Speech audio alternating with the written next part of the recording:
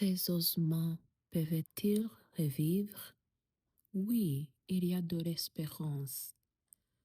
Bonjour mes frères et sœurs. Bienvenue dans un nouvel épisode de La Voix de l'Espérance. Je suis votre hôte, la prophétesse Alice Marie-Christelle Bamukunde, et je vous remercie de prendre quelques minutes de votre journée pour être avec moi. Je crois de tout mon cœur que si vous écoutez cet épisode aujourd'hui, ce n'est pas un hasard. Peut-être traversez-vous une saison difficile, peut-être avez-vous beaucoup prié, beaucoup attendu, beaucoup travaillé, mais vous avez l'impression que rien ne change.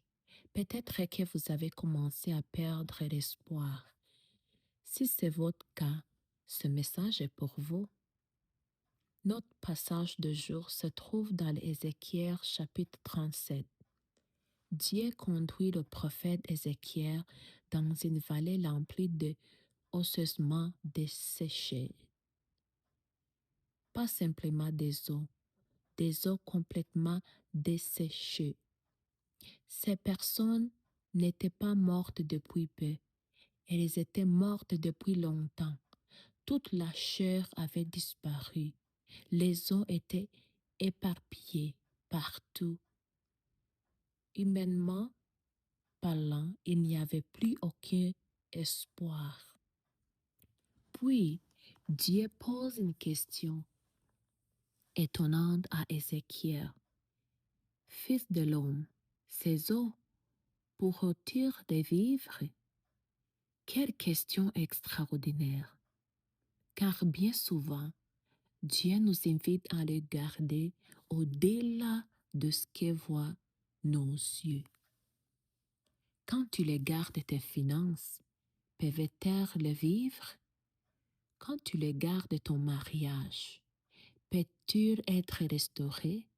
Quand tu les gardes ta santé, peut-être est-elle être rétablie? Quand tu les gardes tes rêves, peuvent-ils encore s'accomplir? Très souvent, nous répondons c'est lorsque nous voyons. Mais Dieu nous appelle à répondre c'est lorsqu'il est. Ézéchiel répond avec sagesse. Seigneur éternel, c'est toi qui les sais.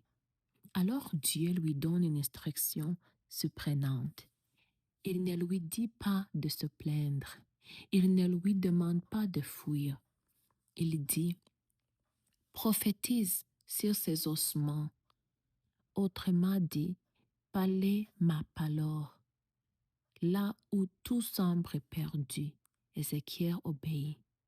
Et soudain, les os commencent à bouger.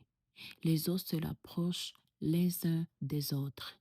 Les muscles apparaissent. Puis la chair, puis la peau, et enfin, le souffle de Dieu entre en eux. Il s'élève comme une armée nombreuse et puissante. Quelle image magnifique de l'espérance! La vie nous laisse parfois brisés. Les déceptions, les rejets, les trahisons, les maladies, les pertes. Tout cela peut nous donner l'impression d'être dispersés comme ces ossements. Mais notre Dieu est un Dieu de restauration. Il semble ce qui est dispersé. Il répare ce qui est brisé. Il redonne vie à ce que tout le monde croyait perdu. Peut-être que des personnes ont abandonné tout espoir à ton sujet. Peut-être que toi-même, tu as cessé d'y croire. Mais Dieu, lui, n'a jamais abandonné. Tant que Dieu parle, il y a encore de l'espoir. Tant que Dieu souffle, il y a encore de la vie. Et tant que Jésus-Christ est sur le trône, ton histoire n'est pas terminée. Avant de nous quitter, permettez-moi de prier avec vous. Père céleste, je te présente chaque personne qui écoute cet épisode. Souffle ta vie sur toute situation désespérée. Restaurer les rêves brisés, guéris le cœur blessé, ranimer la foi de ceux qui sont découragés. Ouvre les portes que personne ne peut fermer aujourd'hui. Et la paix à chacune situation n'est trop difficile pour toi. Au nom puissant de Jésus-Christ. Amen. Merci d'avoir passé ces quelques minutes avec moi. Et si cet épisode vous encourage, partage-le avec une personne qui a besoin d'attendre un message d'espérance aujourd'hui. Et souvenez-nous toujours de ceci.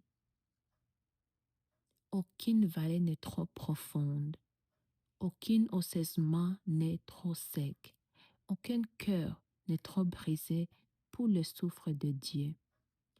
Que le Seigneur éternel vous bénisse. À très bientôt dans un prochain épisode de La Voix de l'Espérance.